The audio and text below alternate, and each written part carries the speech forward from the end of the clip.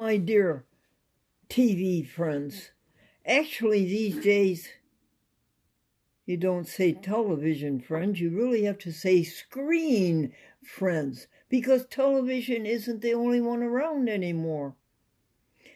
How are you doing on this biography? Is it interesting? This is the year 1953. Glenn is 25 years old, and she has made a very important executive decision. She has realized that even if she did make a contact in Hollywood and got a contract, what would she do? She needed experience. She needed practice. Well, that would be stupid. And then she would go perform in Hollywood and make a mistake, and that would be the end of her for a lifetime, right? So she realized that she had to go to a little town, and she had to go on camera and get experience and get good at this. That's what she had to do. So her friends went elsewhere. I don't know where they went for the summer. And Glendora knew that she had to go find a small TV station. And she wrote a program. And her friends came back and said, "Are you going to California with us?" No. Well, there was disappointment on the other side. No, I'm not going. And it certainly was the right decision. So she wrote this little program, and she took it up to Pittsfield, Massachusetts. Do you know where that is? It's in the Berkshires, on Route 20, the famous Route 20 that goes all the way from Boston to Oregon. It was a cute show. Glendora would tell the story of something that happened in the life of a famous American. And then she went and asked an artist to illustrate it in 6 pictures as best the artist could. And then one of the children who asked to be on the show and was accepted, while the other one stayed in the closet, one of the children would tell the story that he saw in the pictures. And the other child would come on and tell the story that he or she saw in the pictures. It was a cute little program. And whoever came closer won the prize. Well, Glendora can't stand to see anybody lose, so she would give 2 prizes. Anyway, she showed the program to the program manager of the TV station, and he said yes, he would like to do the program on TV when they got started. They were just starting up this TV station. It was Channel 74, WMGT, standing for Mount Greylock Television. The antenna was on Greylock, Mount Greylock, when the wind didn't blow it down. And they said, yes, we would like to do the show. But in the meantime, after they'd heard all my experiences in Hollywood, they said, would you like to be a copywriter? We need a copywriter. We need somebody to write commercials. Okay. So I took the job. And I rented a room in Pittsfield. In fact, I tried 3 places. And I went home to Springfield on the weekends. And I worked Monday through Friday in Pittsfield. Very interesting place. Pittsfield was dominated by General Electric. Half of the city practically worked for General Electric.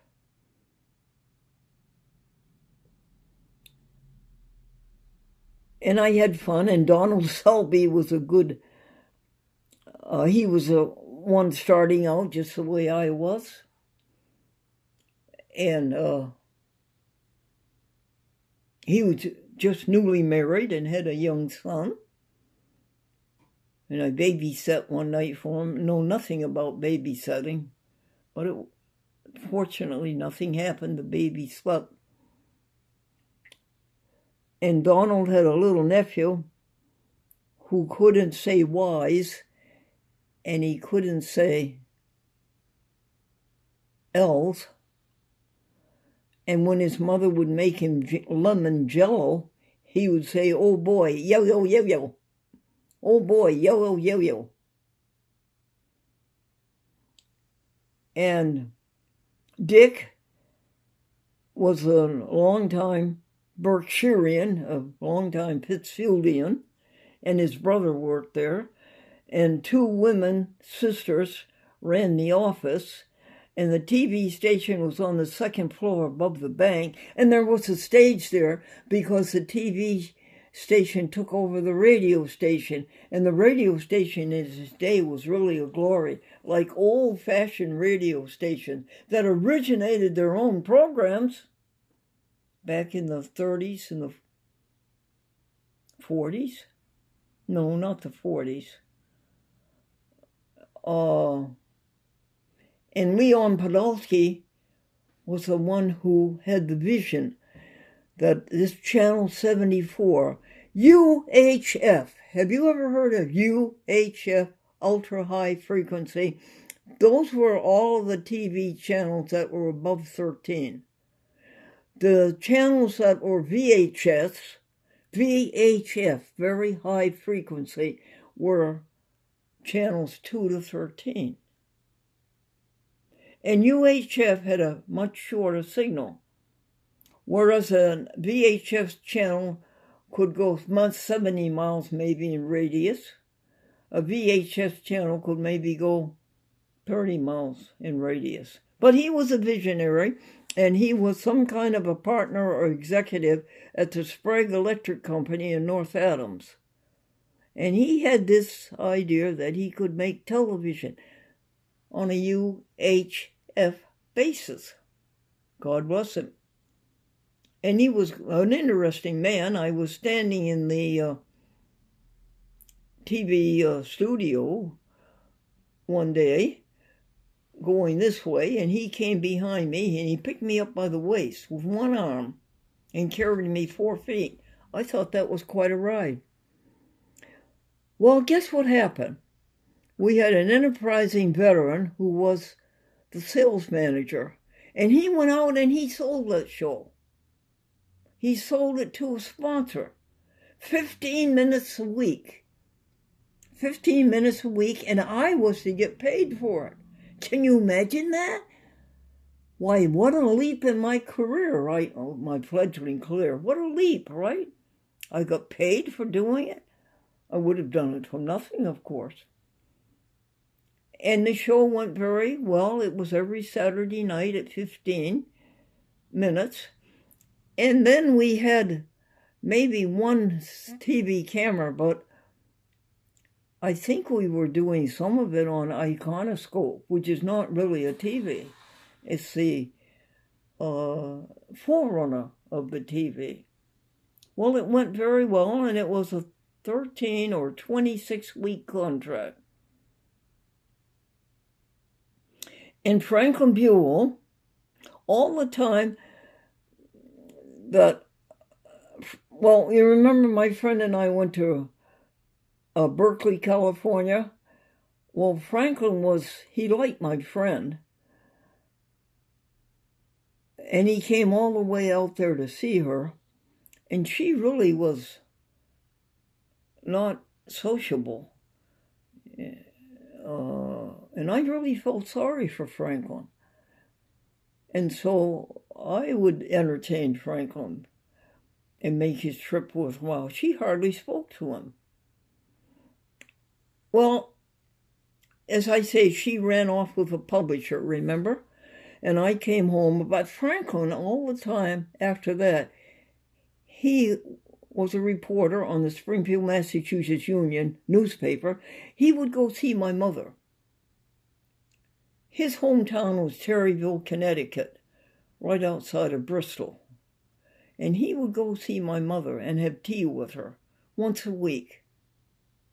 He didn't work, it was an evening newspaper, so he had to cover stories in the evening, and then the press would start running and print the stories overnight, and then the newspapers would be on the newsstands the next morning. So he didn't go to work until 2 or 3 o'clock, but he would go in the morning once a week and have tea with my mother. Well, he was a big help to me.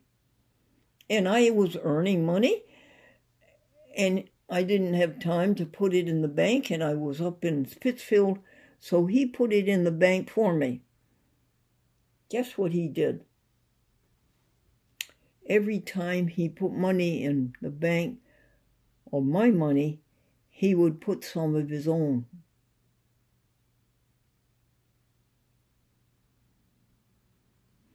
And he would take the story to the librarian, and she would draw the pictures that illustrated the story that we needed for the TV show.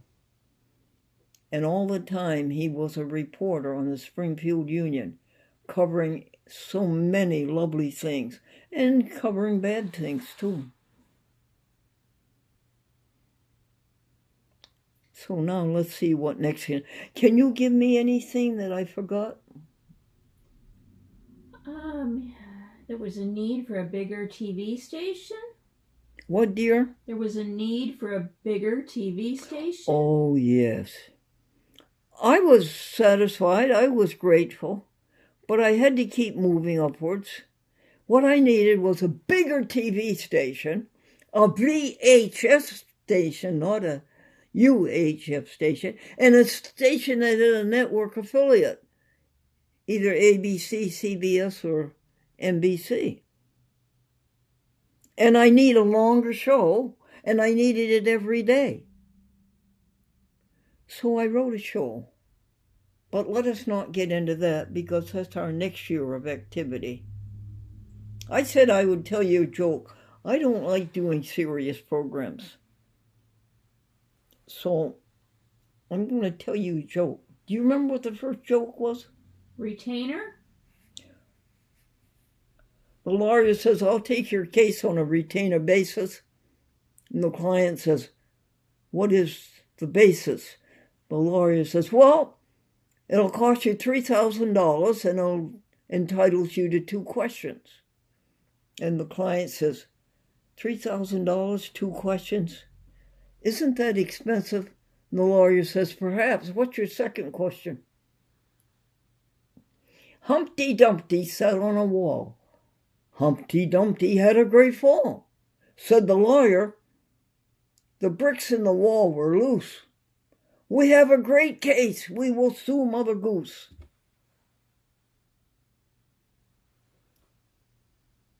Another joke? Right side of the body. Oh. The right side of the body, the right side of the brain controls the left side of the body. The left side of the brain controls the right side of the body. Therefore, only those people who are left-handed are in their right minds.